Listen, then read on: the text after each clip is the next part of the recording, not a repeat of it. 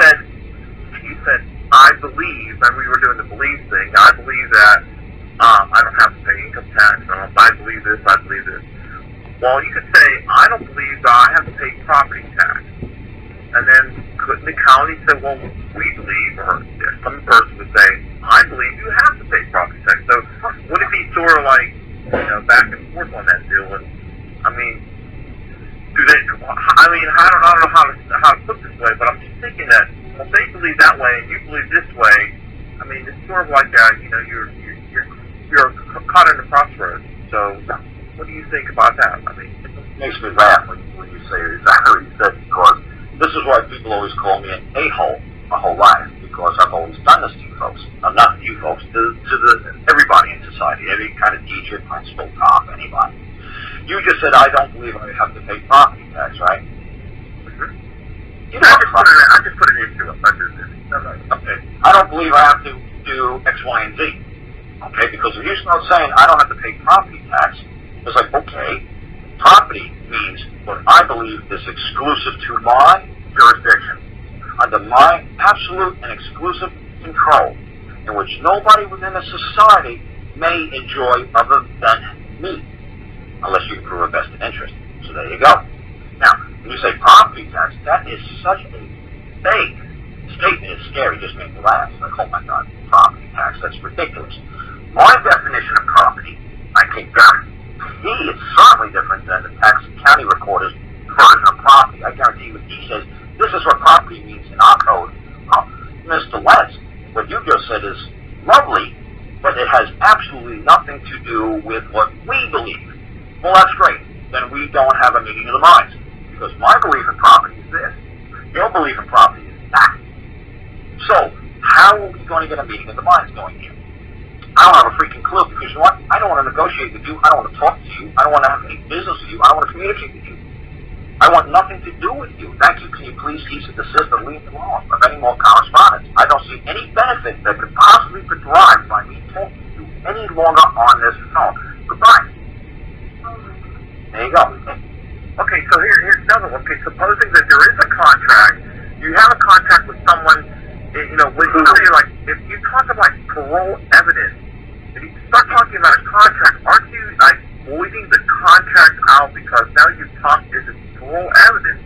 It's sort of like you've now got the express written contract set off the side because now you're talking about a new contract. Well, that's parole. That's parole rule evidence. Exactly. You said express. It has to be expressed. Within not implied. Right. So, because you're using a parole rule, that's fine. If you're trying to say, if you want to be cute like me, I'm freaking cute all the time. I'm doing unbelievable amount of parole rule nonsense to people.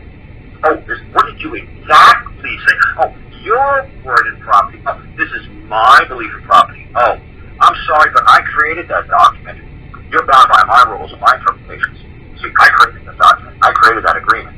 And you latched yourself to my beliefs. Now, you had every opportunity to read that contract and ask me, for as long as it took, what do you mean by property?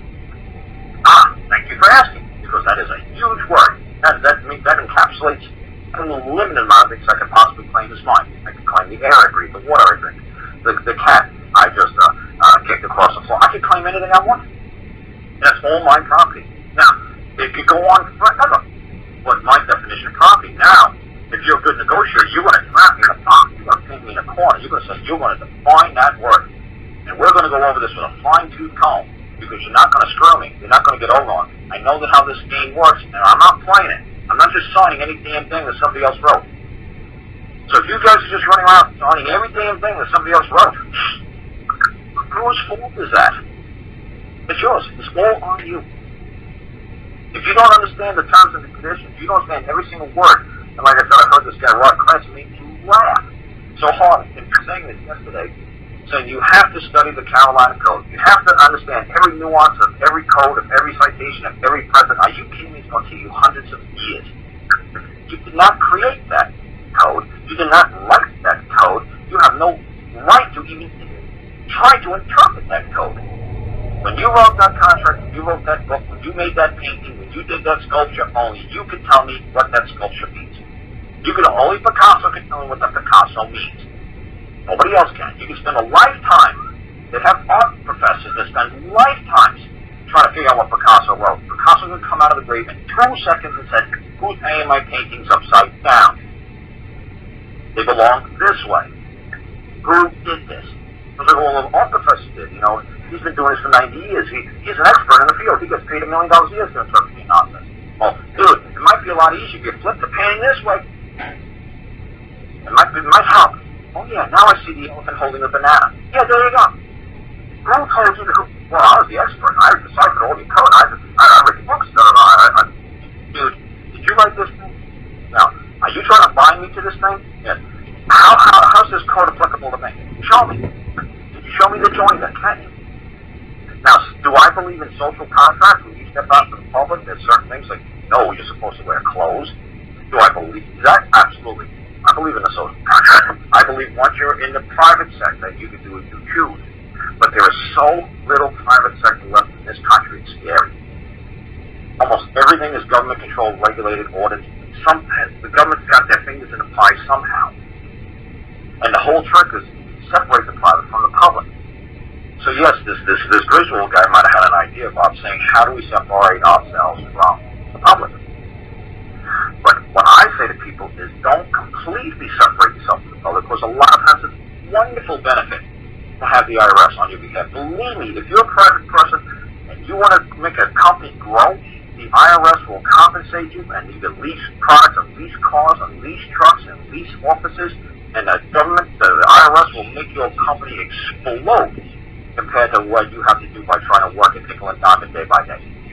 They'll give you all kinds of incentives to hire more people.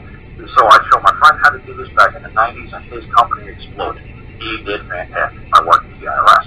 The IRS can't have more revenue coming in unless there's more people going to work, unless there's more jobs being created. They base their revenue on work and people's output and labor. So they actually encourage small businesses to thrive. So just because you might not understand how the IRS works, and you might not understand how Warren Buffett does, and Bill Gates understands the beauty of the IRS and how they manipulate it, because even Warren Buffett said, "What? My secretary pays more in the IRS than I do. He knows how to milk the machine." You don't know how to milk the machine. It doesn't mean it's an evil machine. It's just you don't know how to do it. But Warren Buffett really does, because he pays like no taxes. He's the richest man in the country. You see what I'm saying?